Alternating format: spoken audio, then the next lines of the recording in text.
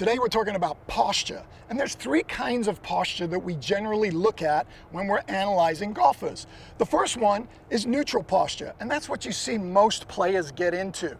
And what I mean by that is they get in their setup position, and as they set up, they simply hinge from their hips, they have a little bit of knee flex, weight is generally on the balls of their feet, and they have what we call a nice flat back from the tailbone to about the middle of the back. Now, all of us are built a little bit differently, so some of us have a little bit more roundedness in the upper back, but in general, from the tailbone to the middle of the back should be pretty flat. That's neutral posture, considered an athletic posture. Now, there are two variables to that we see. The first one is something we call C posture. And you sometimes see this in elderly golfers, especially golfers that work a lot, and nowadays being on Zoom, we sit behind our desk a lot and we get this rounded posture, forward neck. So we bring that to the golf course and it kind of looks like this.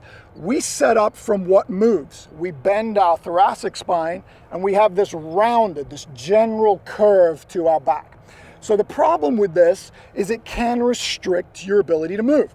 So that's C posture. The other one is something we call S posture. So S posture is where you hip hinge, but you do it excessively. So imagine your belt is a bucket of water. What I want is when you hip hinge, we should just have a little bit of water dripping out of the front of the bucket. But if you actually allow this to dip too much, the water will pour out of the bucket. You'll create this little bit of an S curve in your lower back.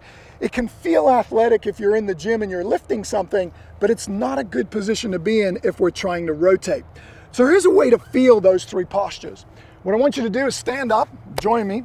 The first thing I want you to do is create a big C posture for me and just try and do a little pivot or rotary turn. You'll probably feel a little bit restriction in your thoracic spine. Now I want you to do the opposite one. I want you to drop that water out of the bucket, create a big S posture, and try and turn. You'll usually feel the pressure shift from the middle of your back to your lower back. Now I want you to give me that nice neutral posture, a little bit of hip hinge, nice flat back, engage your core, and try and turn. You'll usually immediately feel more rotation without any pressure on the lower back or the thoracic spine. That's the posture I want you in. Now here's the key. To get in good athletic posture, we need to see if you can do it. The first way to find that out is to see if you can do a toe touch test. So with my feet together, my legs straight, I'm just gonna hip hinge and touch my toes. If you're one of these people, and this is where you flex from and you can't touch their toes, then guess what? You're not hip hinging. What you're doing is you're flexing from where you can, which is your thoracic spine. When you do that, you're trying to get to your toes by flexing your upper back, and now you're bringing that to the golf course. That's going to inhibit your ability to turn, and it can actually rob you of speed of power, or it can force you to change your body angles. Players that are successful with this type of posture, they usually have what we call a one-plane swing, or they tend to stand up and recover. They change their body angles. Now the opposite one is that S posture.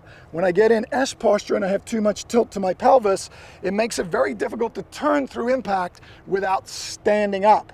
Remember, I always want to create space. So it's very important that the pelvis is in a neutral position as you rotate. Whenever we get in this S posture, it's also a big predictor of lower back pain.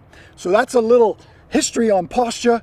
I want you in neutral posture if we can. If you're in S or C, there is some help out there for you. You can always go to mytpi.com, find a TPI certified expert, and they can evaluate your body first and put you on a track to fixing your posture.